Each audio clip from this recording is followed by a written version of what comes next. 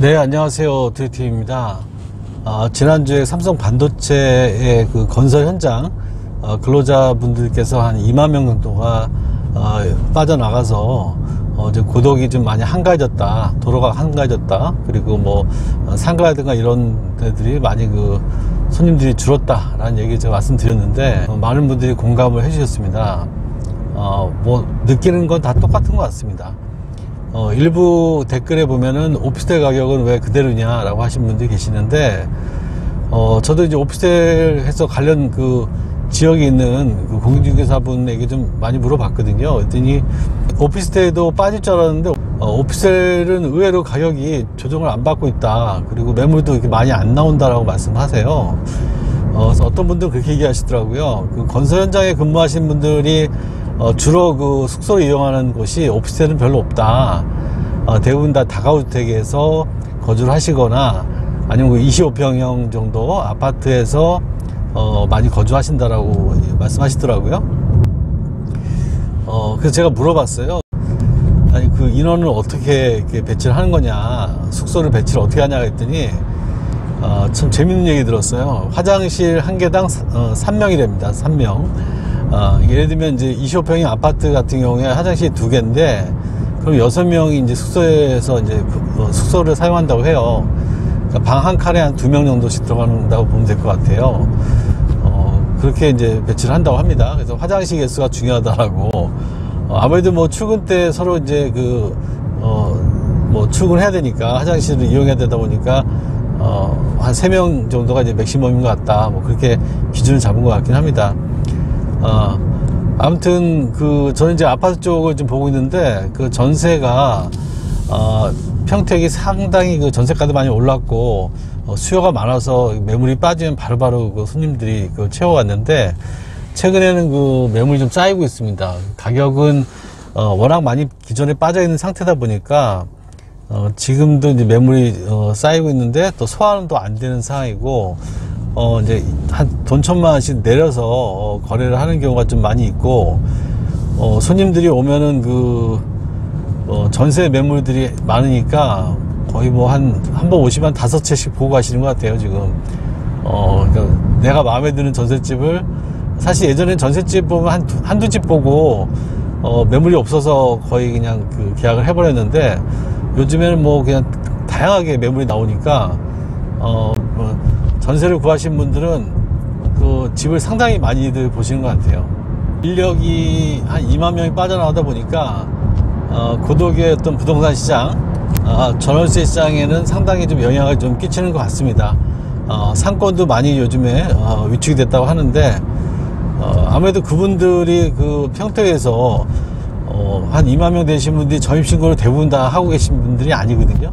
평택 인구에는 잡히지 않는, 물론 뭐 일부 뭐 이사 오신 분도 계시지만 대부분이 다 그 전입신고 하지 않고 오신 분들인데 그분들이 이제 그 평택에 오셔서 삼성전자에서 그 반도체 공장에서 이제 일을 하시면서 수입을 얻으셔서 또 그것도 이제 일부 또 평택에서 또 쓰시고 가시는 거잖아요.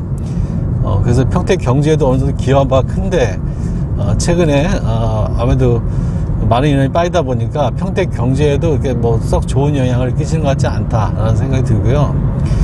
다른 지역 같은 경우는 이제 전세가가 지금 반등을 하고 있거든요.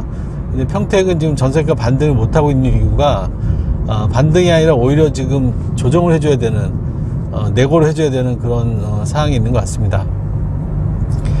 네, 이제 다시 이제 부동산 매매 시장으로 말씀드리면 5구 타입이 이제 그 한번 바닥 매물들이 다 정리가 되고 이제 7사 쪽 매물들이 지금 그 정리가 되고 있거든요. 아직까지 8사 쪽으로 이제 본격적인 그 방향 전환을 못 하고 있고 7사 쪽에 머물러 있는 상태고 그리고 이제 그 요즘에 미국의 어떤 금리 어떤 변동폭 그런 것들 때문에 고민들을 많이 하세요. 집을 보시고 계속 고민하는 거죠.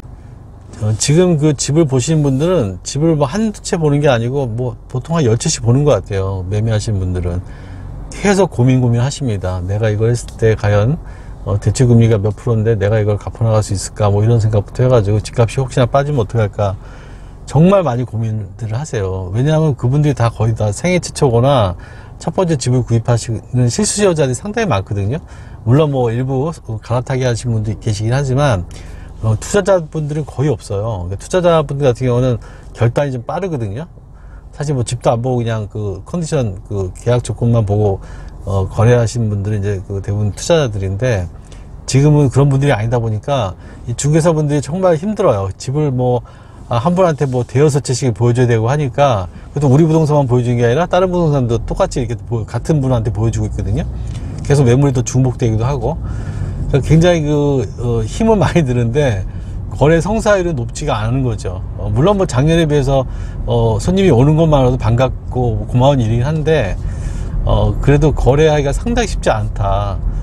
이게 본격적으로 바닥 매물들이 다 쓸려 나가고 이제 본격적으로 투자자들이 접근을 해야 거래의 어떤 판단도 빠르고 거래의 어떤 그 상승폭도 더 커질 거다라고 생각이 들거든요. 지금은 실수요자 장이 맞고요. 그러다 보니까 중개사분들이 많이 힘이 들어요. 거기다 설명을 다 해드려야 되고, 심지어 뭐 대부분 이제 대출 관련돼서 많이 알아갖고 오시더라고요. 사전에 디딤돌 대출이라든가 이번에 특례 보금자리라든가 이런 것들 다 공부해갖고 오시는데, 또 모르신 분들은 또 그걸 또 계속 질문하신 분도 계시고, 저희는 뭐 상담사 통해서 이제 연결을 해드리고 하는데, 대출도 하도 종류가 다양해서 저도 공부를 했는데 헷갈리더라고요, 상당히. 예, 공부를 그렇게 했는데도. 그래서 뭐 디테일한 부분까지는 뭐 설명 못하고 이제 아웃라인만 설명드리고 있습니다.